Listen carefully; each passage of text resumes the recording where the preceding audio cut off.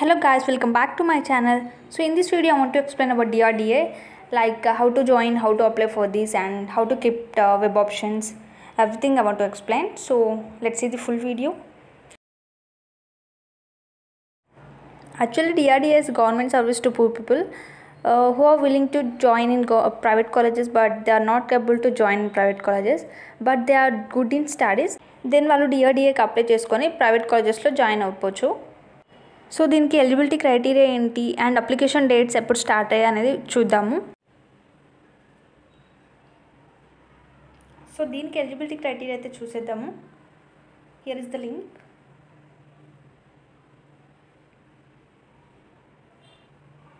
So ఇక్కడైతే ఇచ్చారు హైలైట్స్లో. So టోటల్గా 2262 సీట్స్ అవైలబుల్గా ఉన్నాయి ఓవరాల్ తెలంగాణ.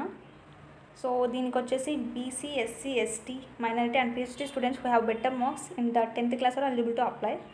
సో ఎవరికైతే 10thలో 9 points అబోవ్ వస్తాయో దట్టు క్యాస్ట్ వచ్చేసి బీసీ, ఎస్సీ, ఎస్టీ వాళ్ళకనమాట అండ్ మైనారిటీ స్టూడెంట్స్. సో వాళ్ళకి ఎవరికైతే 9 points అబోవ్ వస్తాయో వాళ్ళు ఎలిజిబుల్ అనమాట. And local students in all districts except Hyderabad are eligible to benefit from this. So Hyderabad కాకుండా నార్మల్ విలేజ్ ఏరియాస్లో ఎవరైతే స్టూడెంట్స్ ఉంటారో వాళ్ళకనమాట. నెక్స్ట్ అప్లికేషన్ ఆల్రెడీ స్టార్ట్ అయిపోయింది 22 May 2024 అండ్ లాస్ట్ డేట్ వచ్చేసి 3rd June 2024. సో ఇక్కడ ఇచ్చారు కదా 3rd June 2024 through epass website. So epass website నుంచి మనం అప్లై చేసుకోవాలి. అండ్ ఇక్కడ క్లారిటీగా ఇచ్చారు చూడండి eligibility criteria.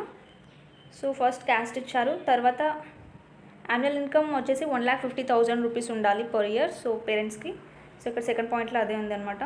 And third point వచ్చేసరికి ఇక్కడ మెన్షన్ చేశారు ఏంటంటే 7 point GPA అబోవ్ వచ్చిన వాళ్ళకి ఎలిజిబిలిటీ క్రైటీరియా ఉంటుంది అని. బట్ 7 point అబోవ్ వస్తే అంత ప్రిఫరెన్స్ ఇవ్వరు.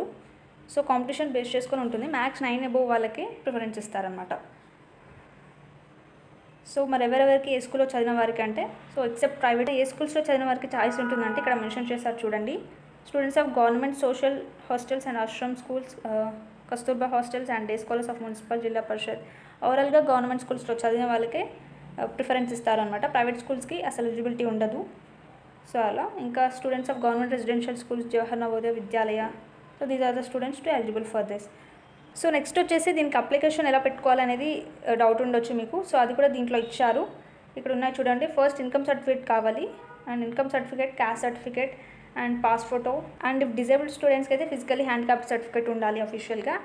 And mobile number, email ID కరెక్ట్గా ఉండాలి in order to communicate.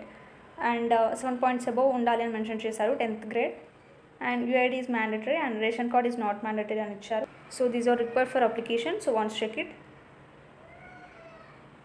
So ఇక్కడ మొత్తం ఇచ్చారు దాని అప్లికేషన్ ప్రాసెస్ మొత్తము. సో స్టార్ట్ అప్లికేషన్ అయింది 22 May and 3rd June. And fee corporate education selected list వచ్చేసి first selected list June 2024. Date అయితే ఇంకా మెన్షన్ చేయలేదు. అండ్ ఆ సెలెక్టెడ్ స్టూడెంట్కి సర్టిఫికేట్ వెరిఫికేషన్ కూడా జూన్లోనే అయిపోతుంది. బట్ డేట్స్ అనేది మెన్షన్ చేయలేదు. సో జూన్లో ఎప్పుడైనా ఉండొచ్చు. సో ఇక్కడ ఇచ్చారు DRDA ఫైనల్ సెలెక్టెడ్ లిస్ట్ 2024 అని.